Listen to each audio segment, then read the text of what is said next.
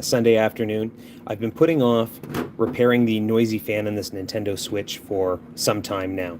So I figure what good a time is now as any, and we'll go from there. Now, I haven't done any research on this prior to, me doing this today. I'm going to assume that there is some technical requirements once I get inside, but it's things that I've probably seen before. So what I've done is I've planned ahead. Let's just set that Switch aside and look at some of the things I brought in. So first and foremost, I have a little kit that I like to keep hanging around. This is my Nintendo kit. My Nintendo kit has everything that I normally run into when I'm trying to fix Nintendos. We've got a couple of the Gambit screwdriver Torxes that we use to take out screws out of our games. Prime example, like if you have the back of a Nintendo 64 game or the back of a Game Boy game, 90% of the time it is one of those security bits that we need to get the screw out. Other items that come in very handy, especially when you're dealing with Nintendo stuff, are these tri-wing screwdrivers. Majority of Nintendo consoles use the tri-wings. The ones I have here are the Y 2.0 40mm and the Y 1.5 40mm tri-wing screwdrivers. Also in this kit, I keep a couple security Torx. A security Torx is a Torx bit, but it has the little dimple in the middle so that you can countersink it around a screw that has that security pin in the middle without having to snap it out. And then the other one, I should just tell you, the common size, of course, for that is a Torx T10. And then, of course, just a standard Torx. This one isn't a security bit, but this one is a Torx T6. T6, there we go. In there I also have a suction cup, some extra screws. Now, as you can see, I haven't used most of these because they're not needed, but they're there in case of emergency. I've got myself another tri-wing screwdriver. This one's a little smaller, but allows you to get into finer places. Set of pliers. Tweezers, let's go with that. Set of tweezers. Another security Torx Allen wrench. It's security on this side, not security on that side. Allow for a little bit more leverage. We've got a brush. A brush is always good when you're trying to clean off boards or clean contacts. And we've got a couple of these guitar pick looking items. These are great when you have to lift out an edge on a piece of electronics, whether it's pulling a screen or raising the edge of a plastic seam, anywhere there's tabs that need to be released. And then, of course, a couple, I think these are called smudgers or sploogers or something like that, but they do similar to the same thing, right? They allow you to kind of, get in at the edge and peel up the seam. So I feel like today I'm definitely going to need the tri-wings. I don't think I'm going to need the game bits, but I've got them just in case. So what I'm going to do is slide that off to the side and show you what else I've got in play today. If inside there's any dust or dirt, I'm going to use compressed air. Compressed air is your best friend. It's a lot better than like using a vacuum cleaner because this is certified static free. It's not going to cause any electrostatic discharge. Also in the way of cleaning, isopropyl alcohol. Be careful with isopropyl alcohol. It may melt or burn plastics, but when it comes to circuit boards and electronics, having a high consistency, this one here is 99%. So, it's going to burn off rather quickly. Now, granted, it's always best to make sure your board is completely dry after applying any sort of liquid before you go ahead and, apply power or turn it back on. Other cleaning element I have that I keep a lot of times with me is this flux remover. If you're doing any solder work, things like that, like all of the solder you use has flux in it, or you have to add additional flux. Flux itself can actually deteriorate the board and cause the leads to actually be rotted away. So always make sure you clean up any flux that may be left on your electronics before you finish your job. And then, of course, I always make sure I have some Q-tips to get in there and work out any dirt or grime. Fresh microfiber cloth, make sure it's clean, make sure it doesn't have any other chemicals on it, and use that sparingly. And because I don't know exactly what's going on in here, like the fan is loud and rattly. I think it's loose. I think the bearings are going. But who's to say it's not a heatsink problem? There have been a bunch of YouTube comments in the chat saying, oh, you probably need to replace your thermal paste. Well, you know what? Always plan ahead. Yes, I brought thermal paste. I use Arctic Silver 5 on all the PC work I do. This happens less and less because I find that I'm able to get from the manufacturers exactly what I need, whether it be HP or Dell or Lenovo. So I'm not doing a lot of custom computer builds. I know there's a bunch of individuals that, I follow and may follow me on this channel that, they're into building their own machines. They're big, Thermaltake fans and things like that, where this kind of stuff is second nature. Like I'm sure there are people that use more of this in a day than I use toothpaste. So I think it's really good to keep it around.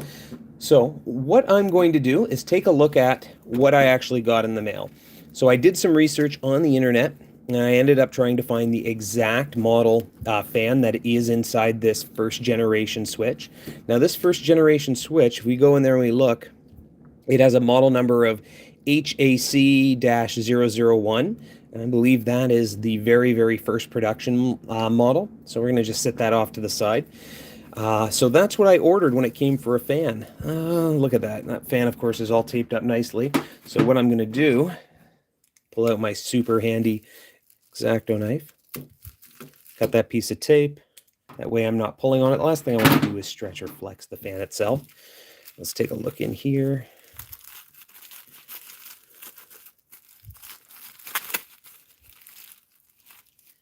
So here is a aftermarket fan. This one came from AliExpress. It is said to fit perfectly as a replacement for the original switch fan. So let's see if I can focus on that. Ooh, I hope that's good enough for any of you. It'll come in the comments if you want. I can probably post a link to it just to solidify what I'm doing here today. So that's what's happening there. A little plastic bag I'll keep and put with the other ones. So we're at the point of the show where we get down to business. So first things first, I'm going to make sure that our Nintendo Switch is off. To do so, just push and hold on the power button. You will get a menu that comes up on the screen, and then you should be able to arrow down to power options and turn it off. Give me 1 second here, power options. And there it is. Turn off. Let it spin. Once it says it's off, you don't see anything on the screen. My recommendation, give it another 5-10 seconds. The last thing you want to do is jump the gun. So this is the part of the show that I haven't planned for. So I have done no research on what happens inside here, what I have to do to take the unit apart. So I know first and foremost, I need to take off the Joy-Cons. The Joy-Con release is on the top right side and the top left side. Slide those off, push them to the side.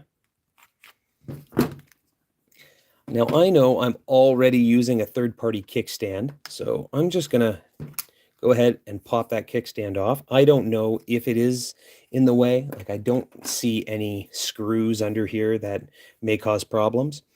So the next thing to do is I'm just going to kind of survey the scene and see what I see. So looking at the front of this first gen, and look at all those fingerprints.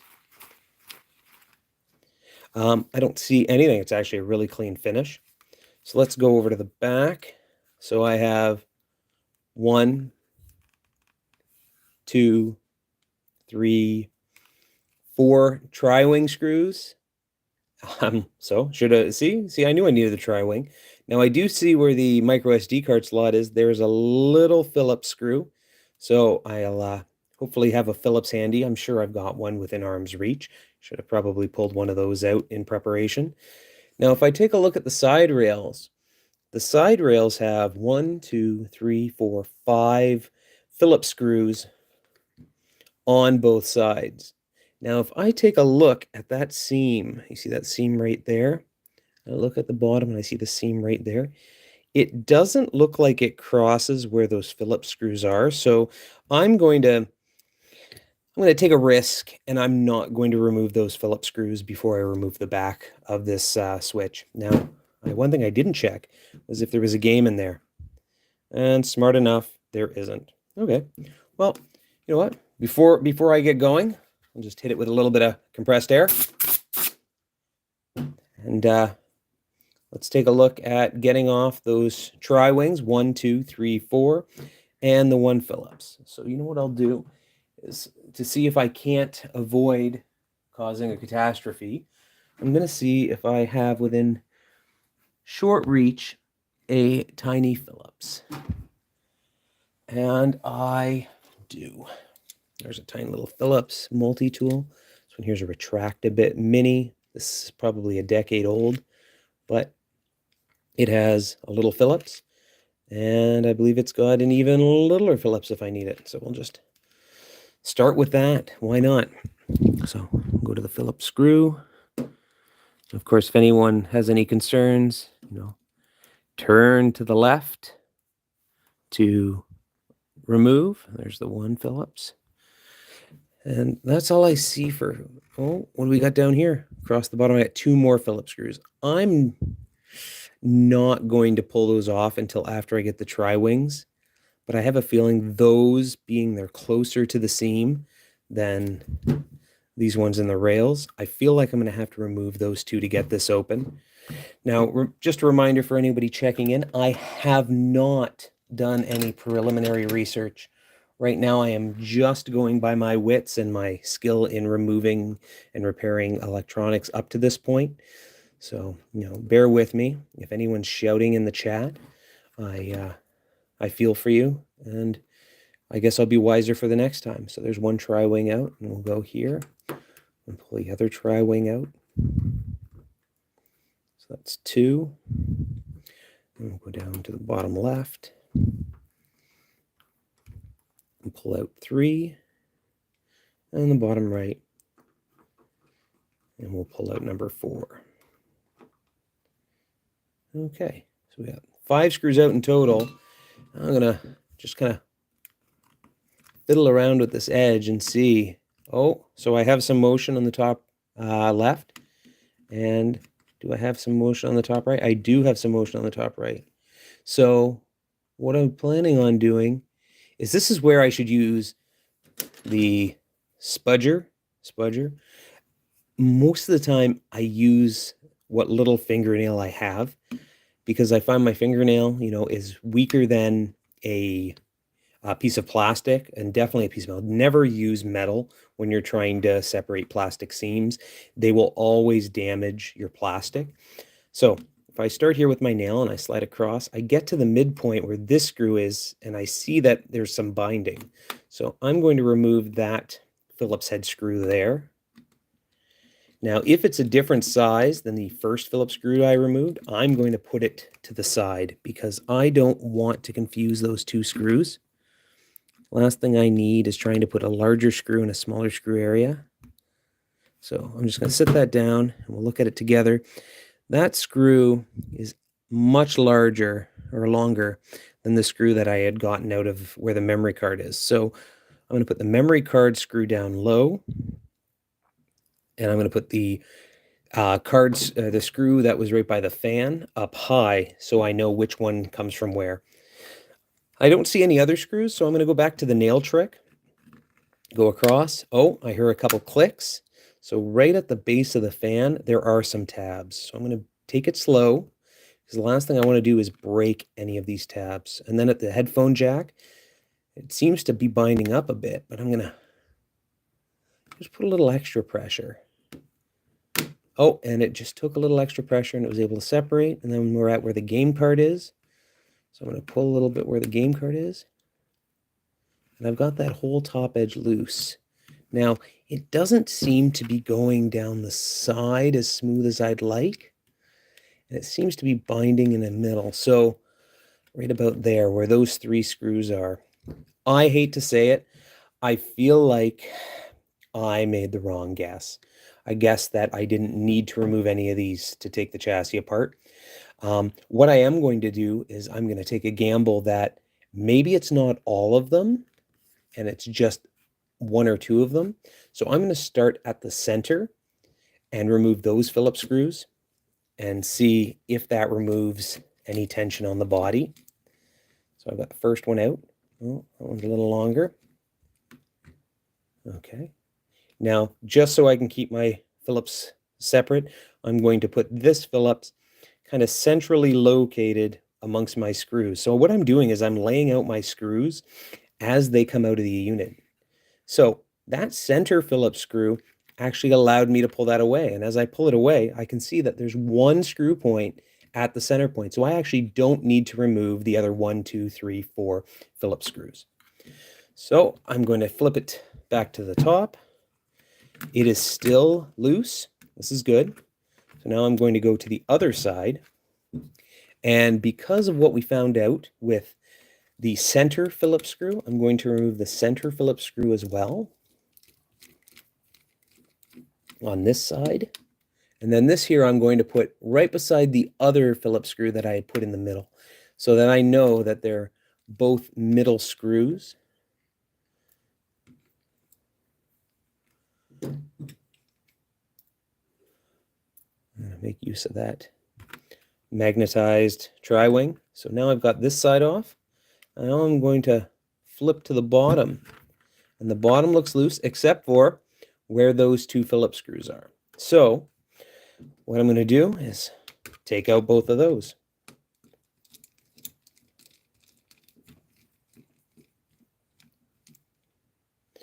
Now, because these Phillips screws may be a different size, I'm just going to inspect them and compare them. And I feel that those screws are the same size as the screw that was on the top beside the fan. They look very similar. So I'm going to put all of those screws, the two from the bottom and the one from the top beside the fan, in the same pile. That way, when I'm pulling from that pile, it doesn't matter which one I take, because they're all going to have the same screw depth. They're going to have the same screw diameter. They're going to have the same thread pattern, and they all should fit in. So I've got the top open. I've got the sides open. I'm at the bottom. And sure enough, the bottom has come free. I'm just going to take that, blast it off to the side. Take my little microfiber cloth, give it a little dust. I'm pretty sure this unit has not been open in a very, very long time, if at all. Maybe it hasn't been open since the manufacturer. So I'm going to take that, put that to the side. Let's take a look what we've got here. So I see a lot of shielding.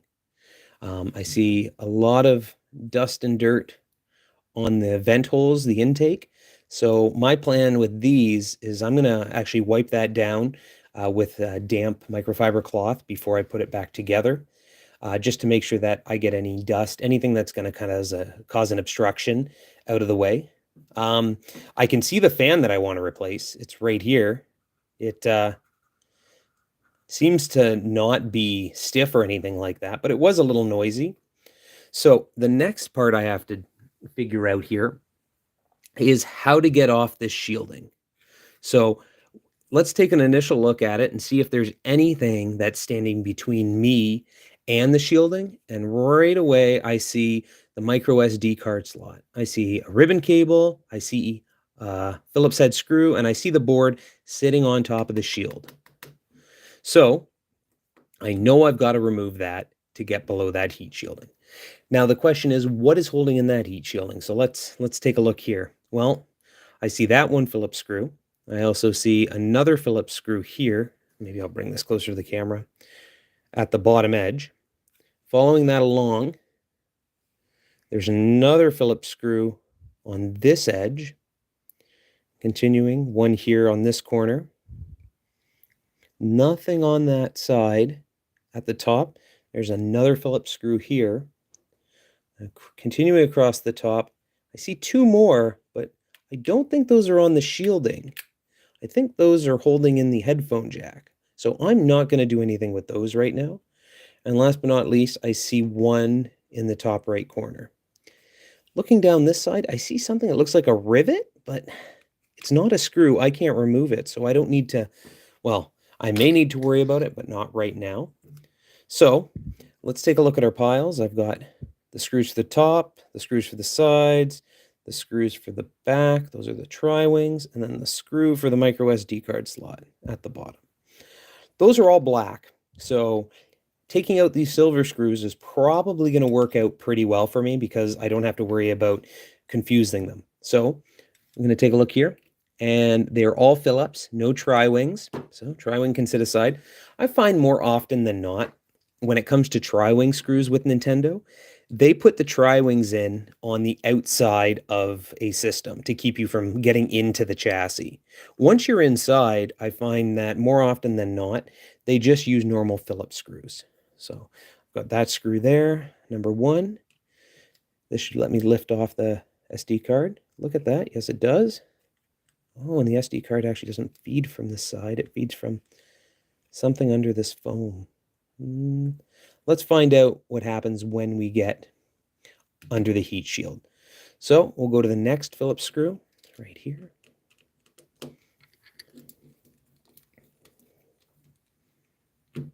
That one's out. Now, I want to see if these Phillips screws are the same size. So I'm going to put this one right beside the other one.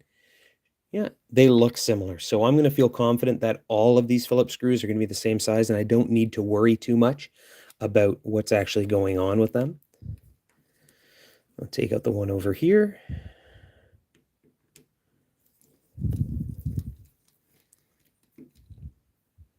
That one's out. And there's another one here.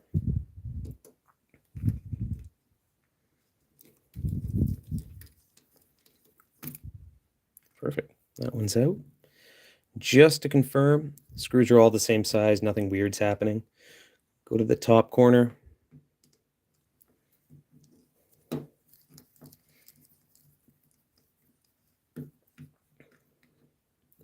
That one's out. Those two I'm not going to worry about at the headphones. And then the other top corner, I'm going to get rid of that one. Perfect. So we have 1, 2, 3, 4, 5, 6 that have come out. There's that rivet. Oh, look at that. I always get caught by screws in the center. There is another one right dead center. I'll get that out right now. And this one here also appears to be the same size. Perfect. So we've got 1, 2, 3, 4, 5, 6, 7 screws. Okay, let's see how this shielding peels up. So I'm going to just pull around the outside. Oh, look at that. That just came up nicely. It just snaps in. Very confused with what's happening with... Oh, there we go. Oh, well, that was easy enough. So this micro SD card uses a little pressure fit connection.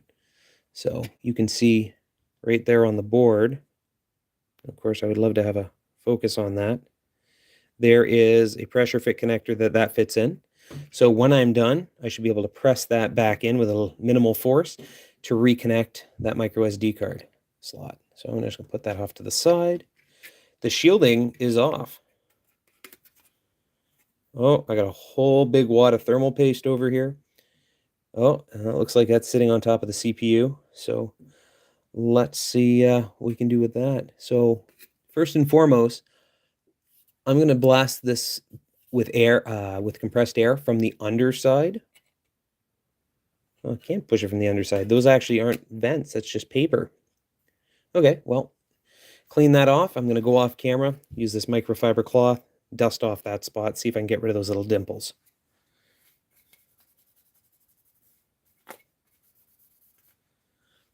So I got most of them off, but they're still showing. So you know what I'm going to do? A little bit of isopropyl alcohol on my microfiber cloth. Not a lot, just enough to get a little dampness in there. And then, let's see.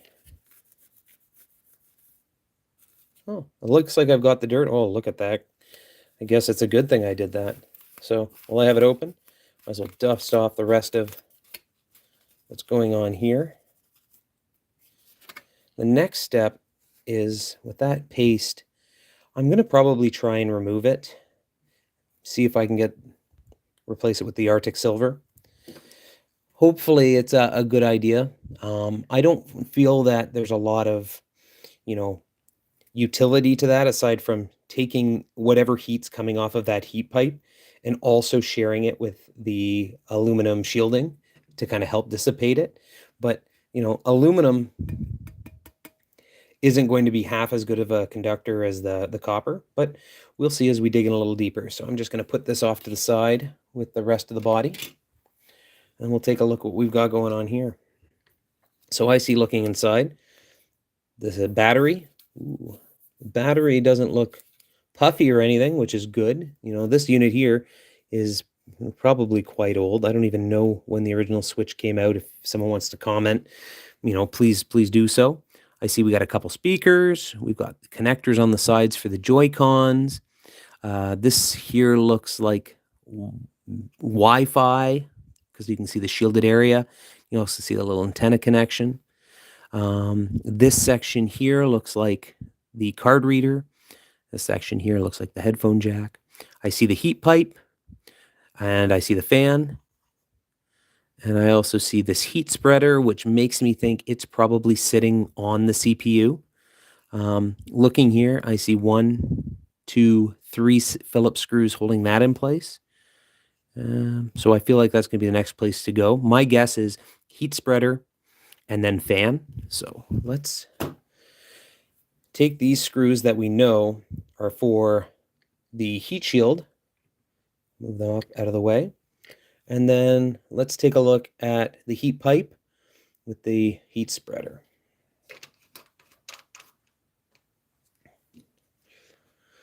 Those are all rivets. So we're going to take out the first one.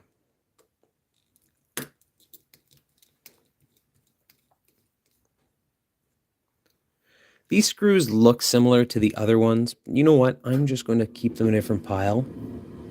They do look identical, so I'm not even too worried about if I get those two piles confused. And we'll go with the next one here.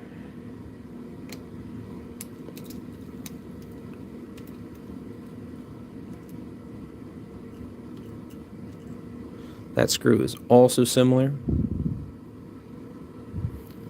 And the next screw is here.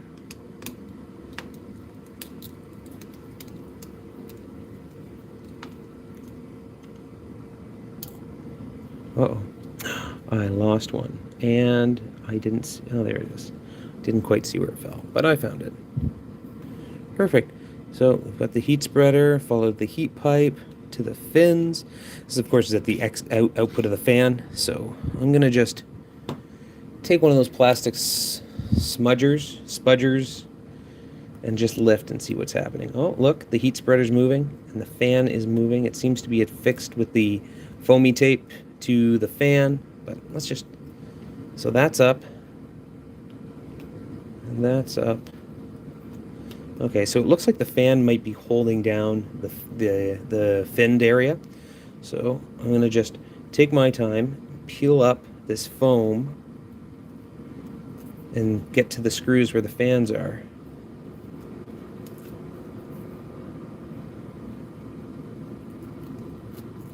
Oh, that foam is not peeling up nicely. Let's see if I can get some extra.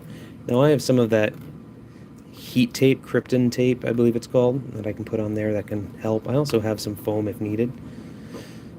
So let's see if I can give that just a little pull. That foam is also holding it right there. Let's give it a bit of pull. Oh, there we go. So I got the heat spreader out. Well, that thermal paste looks quite old, looks rather baked on. I could probably use a new application. And then we've got the fan and the fins. Those don't look too shabby. This fan still spins well, but it was getting a little noisy. So what I'm going to do, I'm just going to quickly go off camera and spray out these fins with compressed air.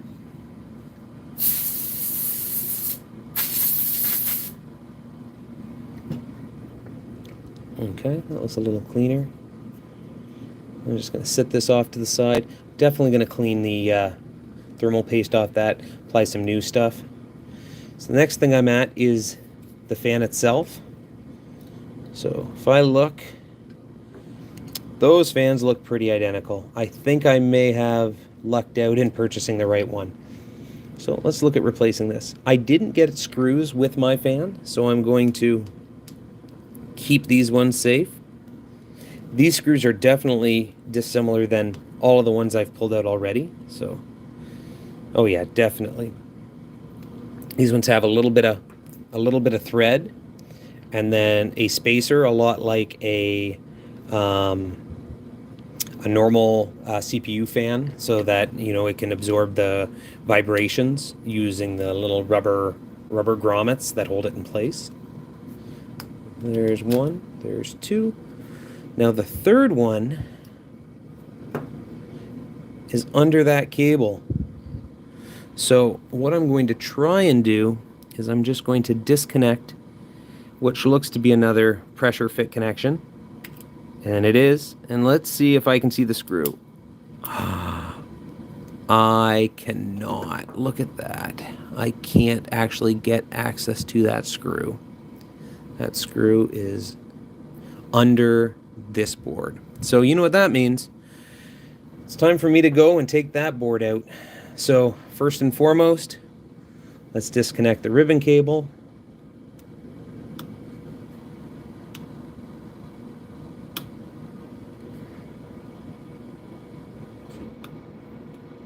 Trying to figure out if that's a pressure fit, slide in, or a fold down. I feel like it should be a fold down. The last thing I want to do is break it.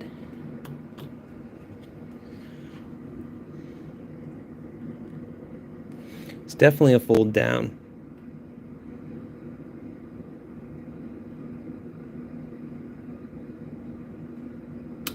There we go. I got it to flip up. So now I should be able to pull out that ribbon cable. Done. And here we're looking at those Phillips head screws that I'd seen before on the speaker connection, headphone connection. And then I see one more right here. So I'm going to take these three out and I'm going to set them off to the side over here, just because I don't want to confuse them at all. Even if they are the same size, it's just better to put them away. So here's the first headphone. And here's the second headphone. And then here's the one at the base of the memory card slot. Game card? Memory card? What does Nintendo call it? You can comment in the chat. Make me look bad. And then what I'm going to do is I'm going to feel like there's another pressure fit connection here. That needs to be lifted up. And it is. Flipped it up. So I should just be able to lift this out of the way. Perfect. Done. Don't lose that. I actually didn't need to flip this down. This one here, I'm just going to put back. It was for something else on the board. Make sure that ribbon cable didn't slide out. It didn't. So now I've exposed that screw there. Let's remove that screw. Put that with the other one.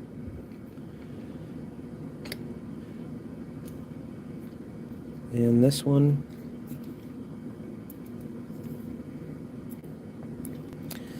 And now, if I look at the replacement fan, I see that the ribbon cable for it comes off the side. So I'm going to guess if I follow the original, it's going to be this ribbon cable here that needs to be pulled up. So this one's got a flap to hold it down on the opposing side of the cable. So I'm just going to lift that up. It's up now. I'm going to try and just pull the fan right out. Oh, look at that. I grabbed the wrong one. It's actually not this bottom one here. It's the one above it.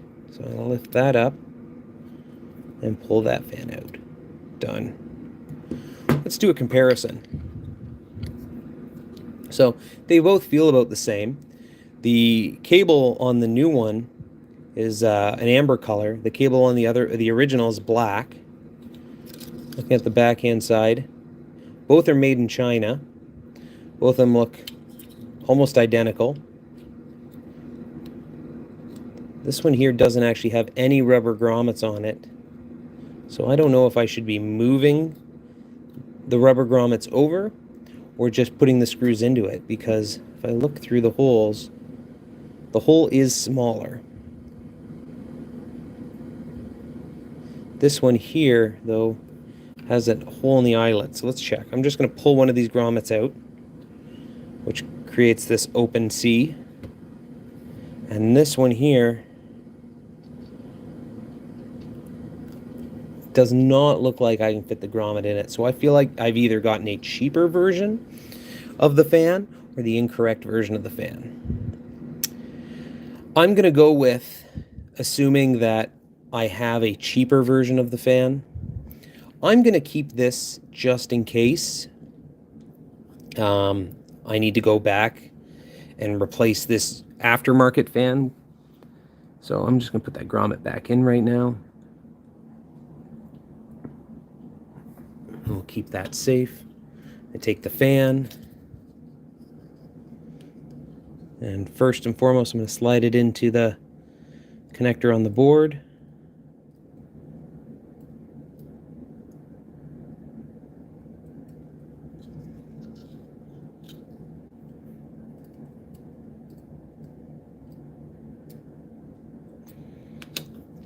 I might need to break into the tweezers.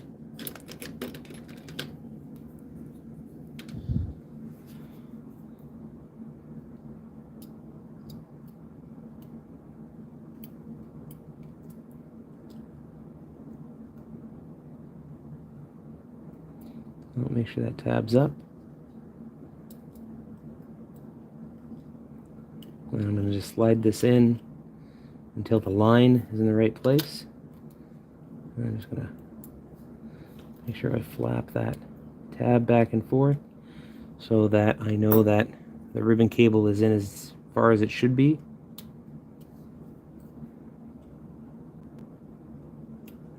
There you go. Uh-oh. Oh, do that again.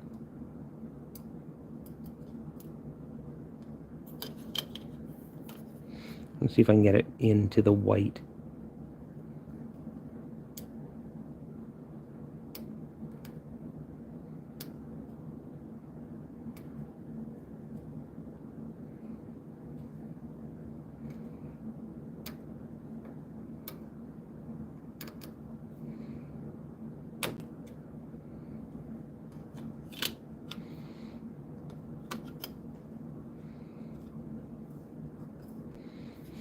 Let me just see what's happening here.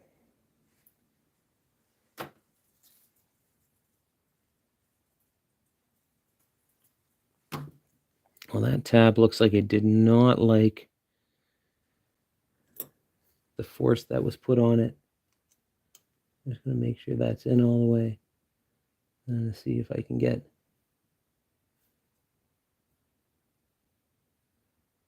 this back on there.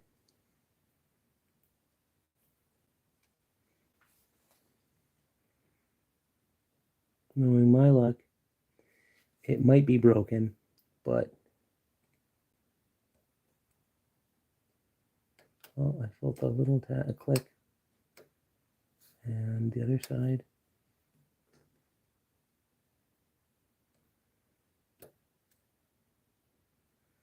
No, there.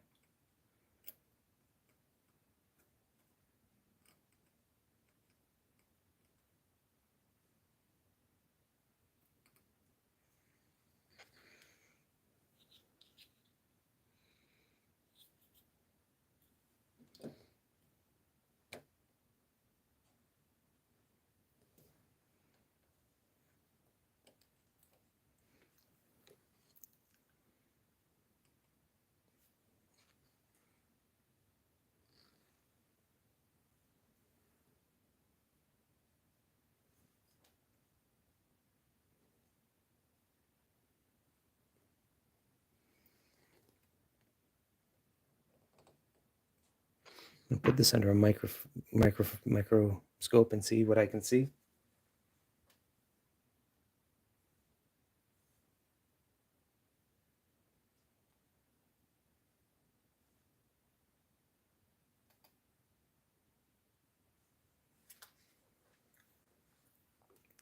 So it looks like one of the tabs on the sides has snapped. So what I'm going to do is I'm just going to put a little dab of glue on there and hold it together.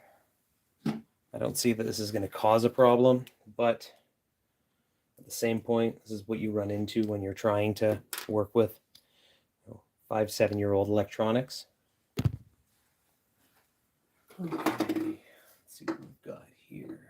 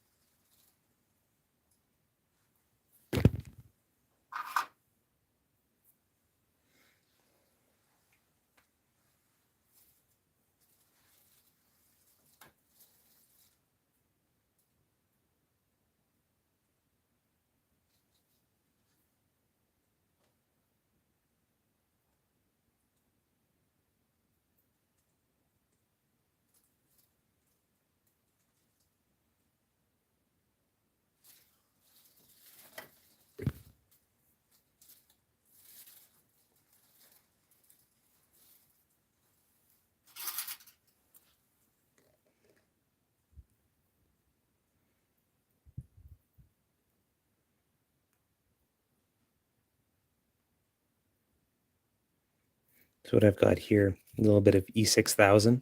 This is non-permanent. It's not going to stain anything. It's not going to damage the board. But because I feel that tab, either is broken or is snapped, I'm just going to affix that ribbon cable in place with it, and we will see. I'm going to put a little bit on the other side as well too.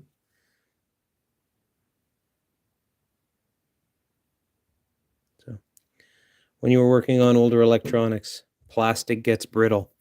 So definitely take your time.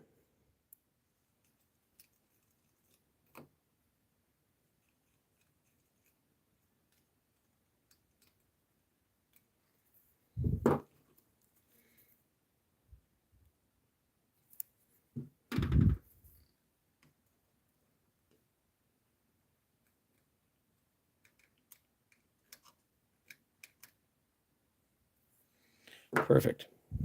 So that should hold in well there. So the next thing I want to do is I want to put the 3 supporting screws in to hold the fan in place.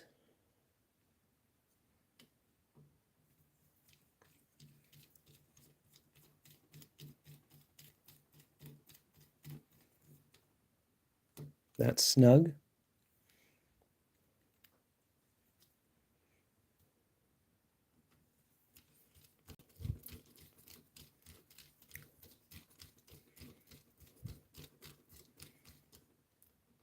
That's snug.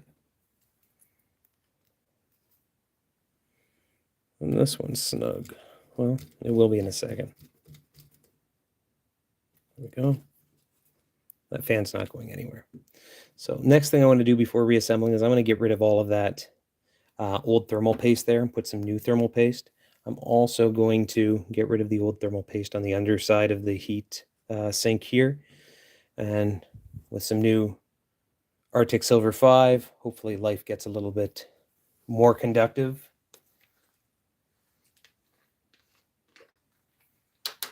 So use a little bit of isopropyl alcohol, Q-tip.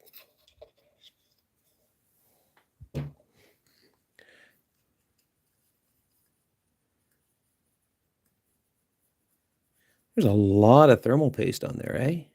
That's wild.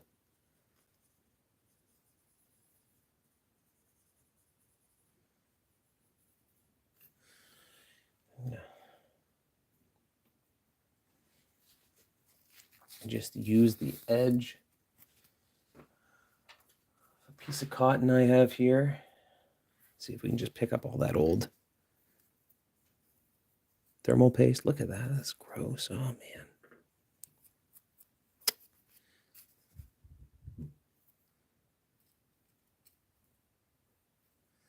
That's just great. Look at that. In clumps.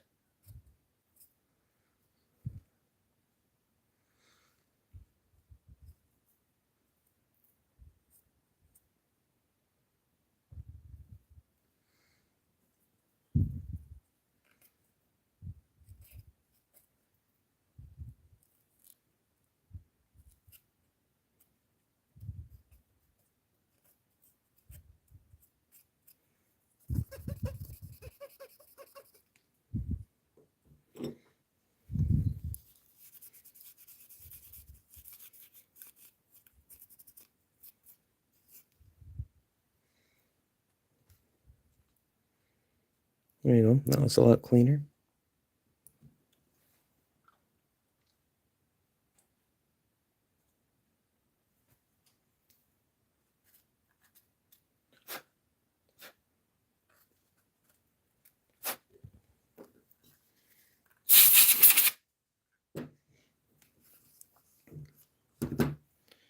Okay.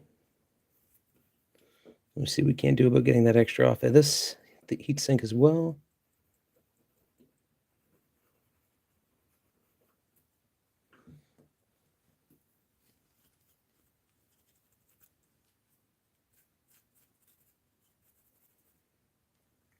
That looks a lot better.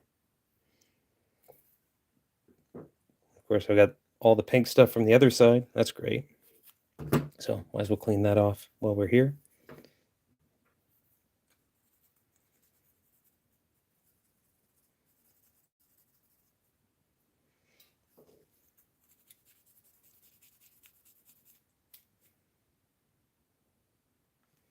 Perfect. That looks good. Fan looks good.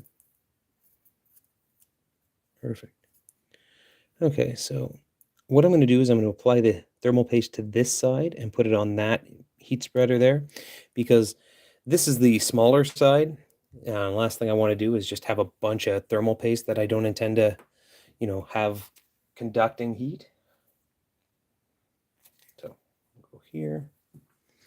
Just going to put, let's just make sure this isn't dried out. I'm going to put a little blob. Oh, it might be dry. Oh no, I just didn't push enough force.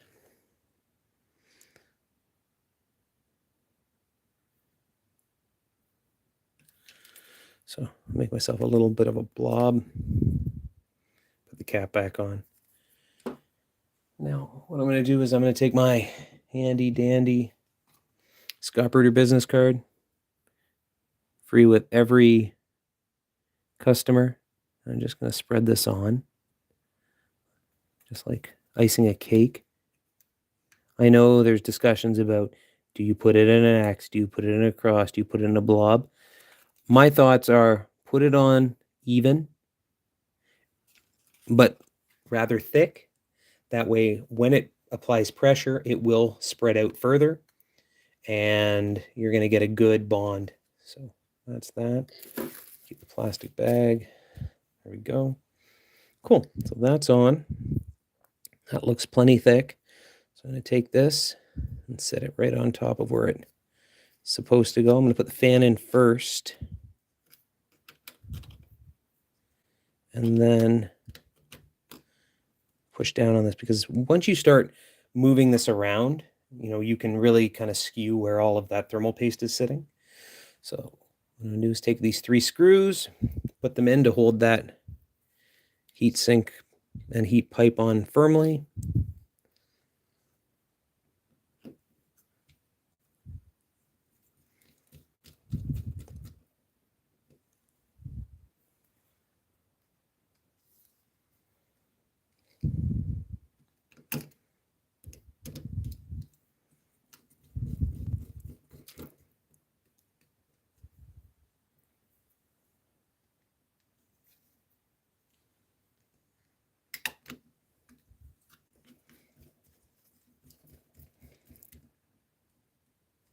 So that should have a new good thermal transference connection. So next up is put the memory card reader back in. So I'm going to just feed in the ribbon cable first. So I'm going to flip up. There we go. Make sure it's in all the way. Well, I realized that I've done this wrong, because I need to connect this pressure point down under the heat spreader first. So let's flip that back over.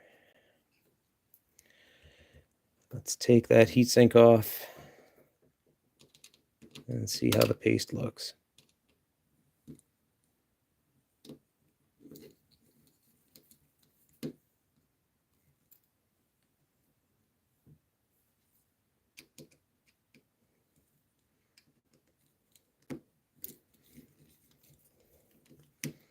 This is really going to show how well that bond was between the thermal paste and the two metal sides.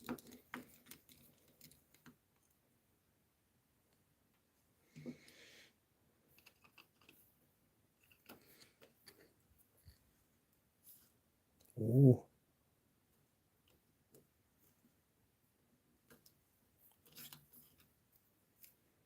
Oh, looked pretty darn good. So as I flip this back in place and put the pressure fit back in,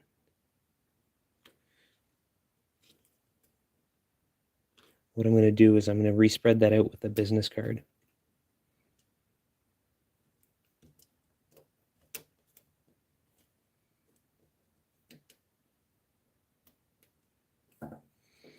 So why isn't this lining up? So it looks like it's a little too far back.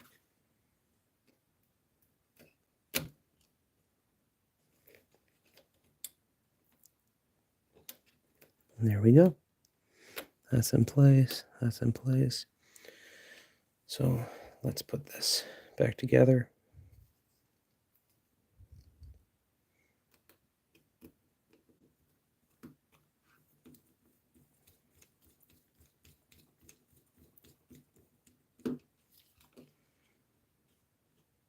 Perfect.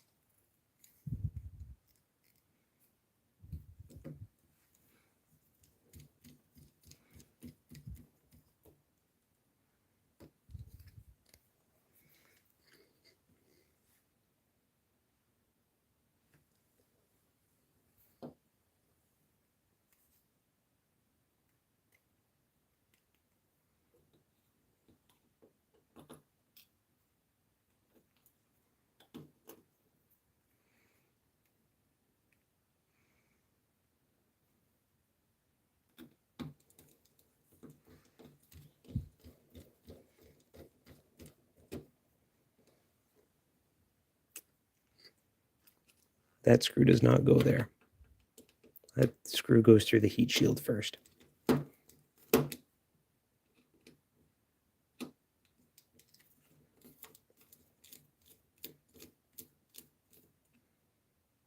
Okay, so that business card back out. Let's put this back into place, spread it nicely.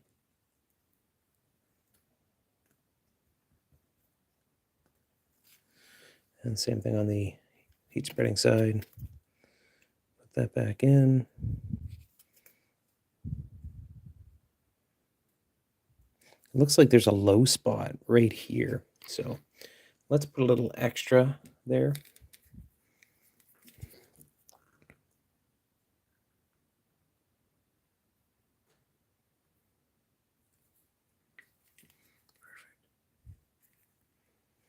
Okay, so now that this board's back together, let's put the heat spreader back down first.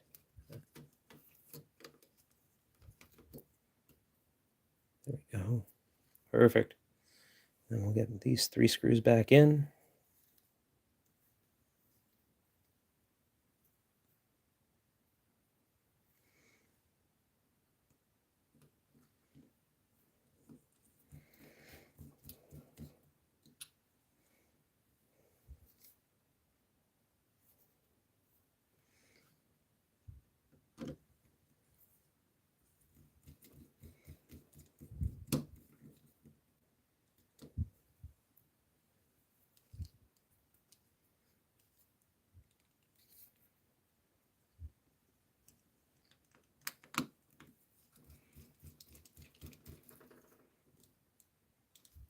Perfect.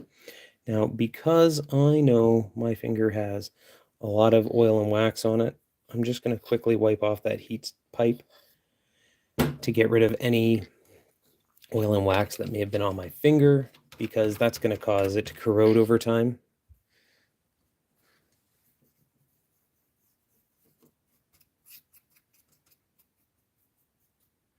Same thing with any other spots on the board I may have pressed.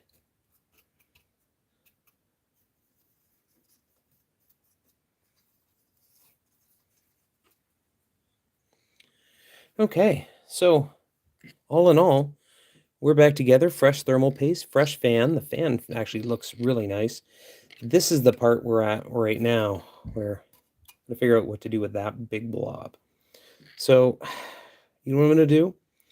I'm going to scrape this off, and I'm going to put a coat of the Arctic Silver 5 on there, and with any luck, it works as a better heat conductor than that. So, just put rubbing alcohol on my card.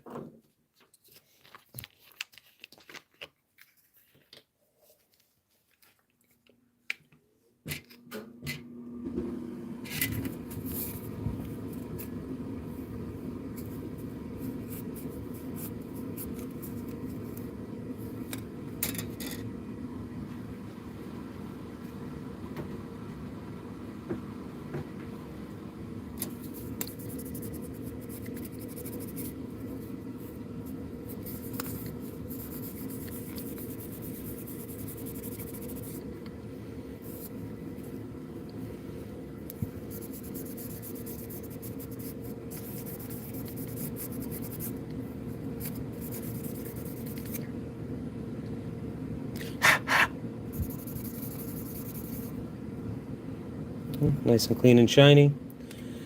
So it looks like it was spreading against the copper. So I'm going to take this Arctic Silver and put it on the copper.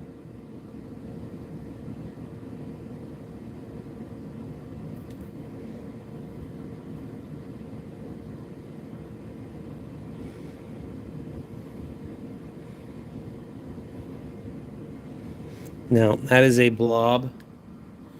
If this was a PC, I would never even consider doing that, but because this is just a aluminum heat shield, I figure let's have it. If any of it overflows, it's only going to just increase the heat conduction from those sides onto the panel. So everything here is good to go. All smooth, all fixed. So the next step is to put the heat shield back on. Oh yeah, I can feel some of the Arctic Silver there. Now that looks like that might be a tab. Let's just check to make sure that it's not supposed to go under anything there. Nope. Good. So that's in. Now, as I was saying earlier, fingerprints causing corrosion over time. Let me just wipe down that aluminum shield. And then let's work backwards. So next step is we got a bunch of silver screws to go back in. I'm going to start exactly how I stopped. And of course, I just dropped a screw on the floor.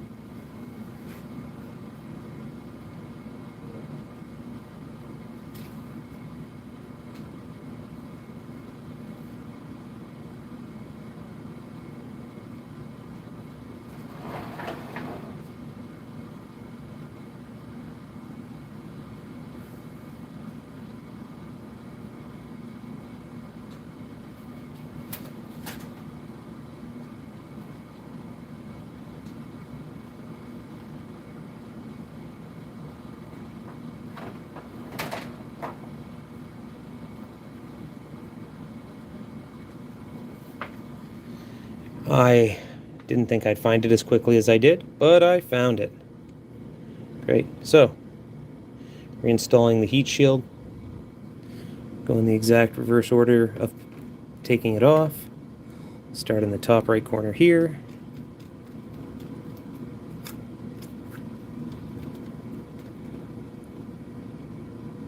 Perfect. And the next one is this corner here.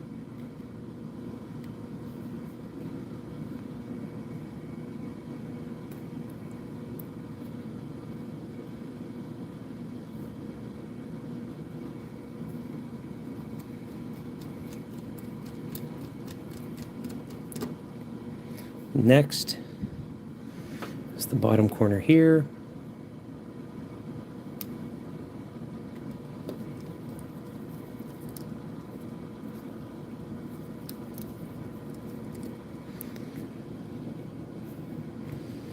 Now make sure those ones aren't in the case. I feel those both belong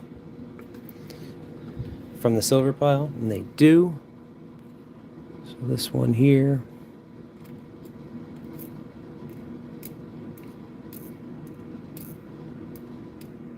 There's a magnet in the body. Of course there is.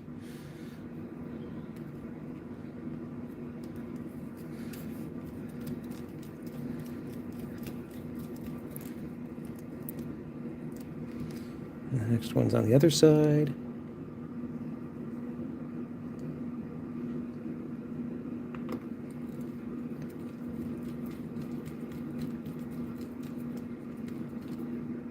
Now we're at the point where we remove the SD card. The SD card had one screw holding it in place, so I'm going to just sit it over top of space and make sure that pressure fit connector clicks in. Yep. Do it again just because I don't trust myself. If this peels off, I'm going to just see. Okay, it does. So I'm going to just take this adhesive off real slowly. And then I'm going to just make sure that it's in. So the last thing anyone wants is an SD card to not work.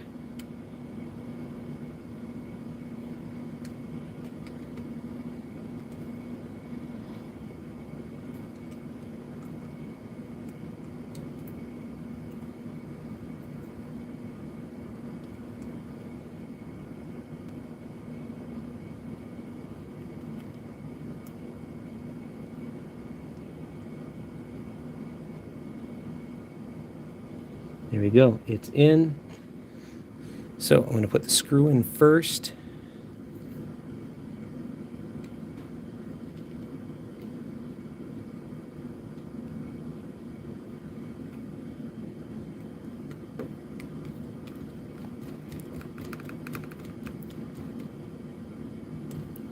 Then I'll put the foam pad back on.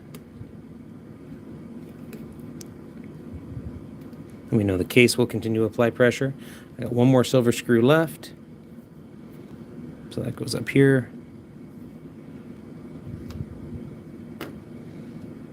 That one's already in. One. Ah, dead center. Like I said, the dead center ones always get me.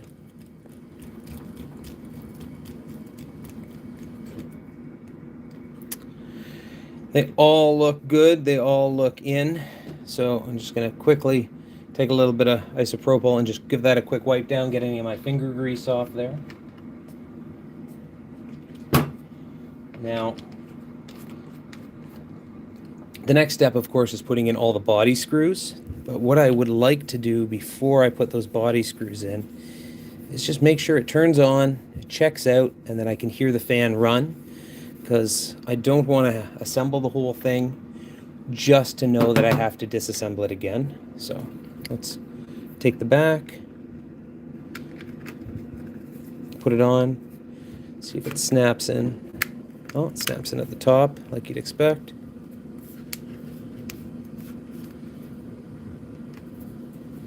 Let's turn this on.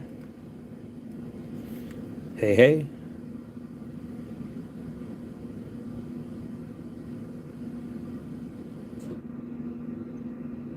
Battery's low. Uh-oh.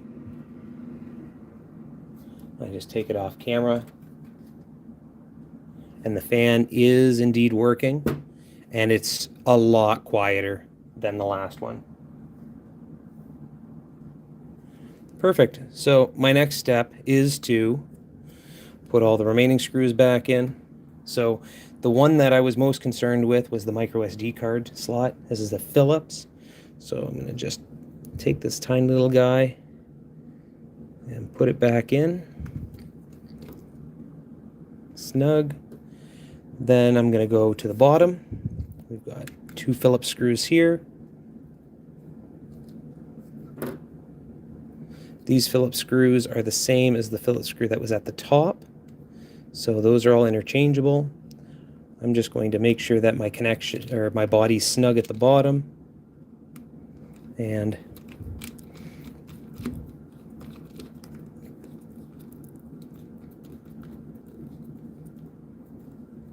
perfect.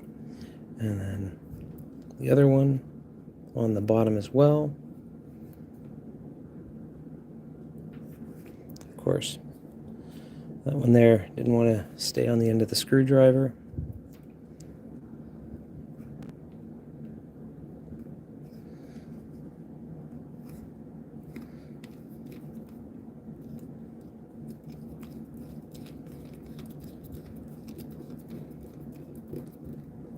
Perfect. Flip it over and put that third one in the top.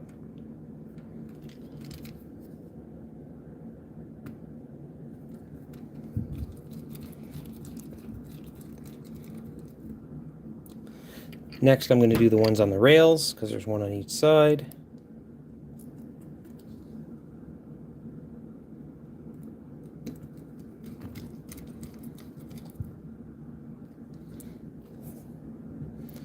One on the other side.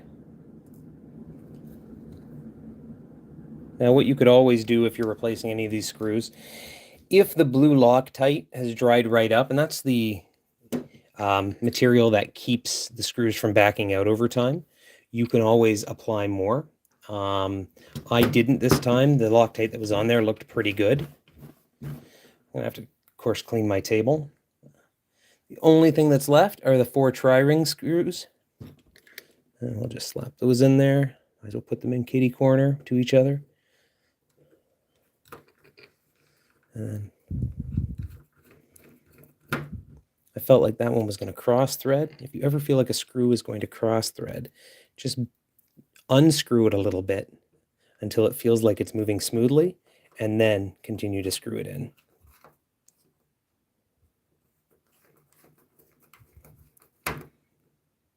Perfect.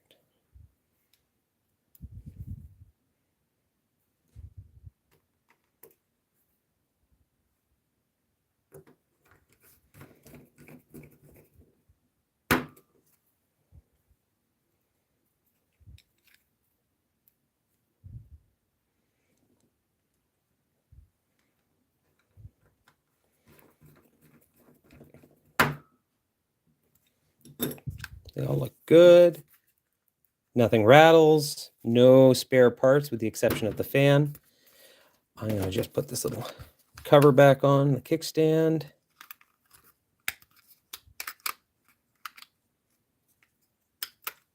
This is an aftermarket kickstand. This one here has a spot to put another micro SD card. Or sorry, has another spot to put another micro SD card in there if you want to switch between the two. It'd be neat if OEM did something like that, but leave it to Nyko. They've always made third-party adapters and controllers. Slide in the 2 Joy-Cons. I want to call them nunchucks, but you know, that's an era since gone. So the next thing for me to do is to see if I can charge it up and make sure that gaming works well. I do want to thank everybody for watching this video, and I feel like I've been successful with installing a replacement fan and changing the thermal grease on a first generation Nintendo Switch. Once again, this is Scott Bruder, and have yourselves a great Sunday. Thank you.